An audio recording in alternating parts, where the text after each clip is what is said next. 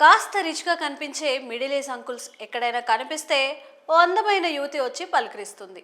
మిమ్మల్ని ఎక్కడో చూసినట్టుందని మాట కలుపుతుంది. ఆ తర్వాత నంబర్ అడిగి తీసుకుంటుంది.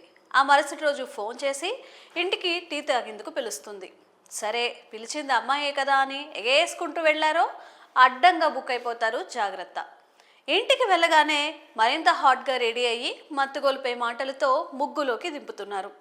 ఆ తర్వాత నిదానంగా ఒంటిపై ఉన్న బట్టలను ఒక్కొక్కటిగా విప్పుతూ ఈ టైంలోనే సడన్గా ఎవరో కాలింగ్ బెల్ కొడుతూ ఉంటారు.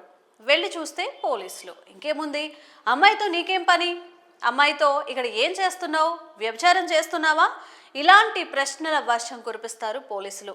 అంతే, అంకుల్కు చెమటలు పడతాయి. సర్లే, కేసు లేకుండా చేస్తాం, డబ్బులు ఇవ్వు అని ఆ పోలీసులు అందిన కాడికి దోచుకుంటారు. ఇక్కడ ట్విస్ట్ ఏంటంటే వాళ్ళు నిజమైన పోలీసులు కాదు, అంతా ఆ అందమైన అమ్మాయి సిట్టింగే. టీ తాగుదామని ఇంటికి పిలిచి ఒక అమ్మాయి ఆమెతో పాటు ఒక ముఠా చేస్తున్న దారుణమైన హనీ ట్రాప్ గుట్టు రట్టయింది. ఈ ఘటన కర్ణాటక రాష్ట్రంలోని బెంగళూరులో గల బాద్రహళ్లిలో చోటు చేసుకుంది. 57 ఏళ్ల సివిల్ కాంట్రాక్టర్ ను హనీ ట్రాప్ చేసి 5 లక్షలకు పైగా విలువైన నగదు, విలువైన వస్తువులను దోపిడీ చేసిన ఆరోపణలపై బెంగళూరులోని బాద్రహళ్లి పోలీసులు శనివారం 21 ఏళ్ల యువతిని, ఆమెతో పాటు మరో 5గురిని అరెస్ట్ చేశారు. అరెస్ట్ చేసిన నిందితులను నైనా మోహన్, సంతోష్ అజయ్, జయరాజులుగా గుర్తించారు. వీళ్లంతా సివిల్ కాంట్రాక్టర్ను బ్లాక్మెయిల్ చేసి డబ్బులు వసూలు చేశారు.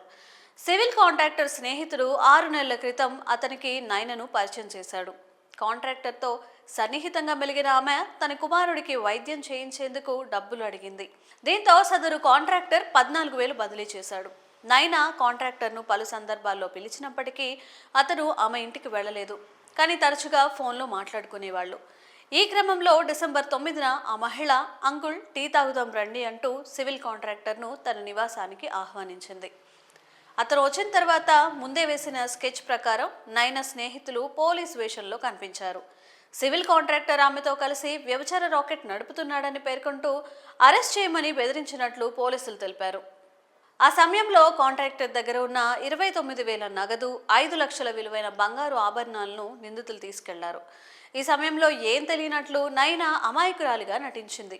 అదే రోజు ఇంటికి తిరిగి వచ్చిన తర్వాత కాంట్రాక్టర్ నైనాను పిలిచి తాను పోలీసులకు ఫిర్యాదు చేస్తానని చెప్పాడు.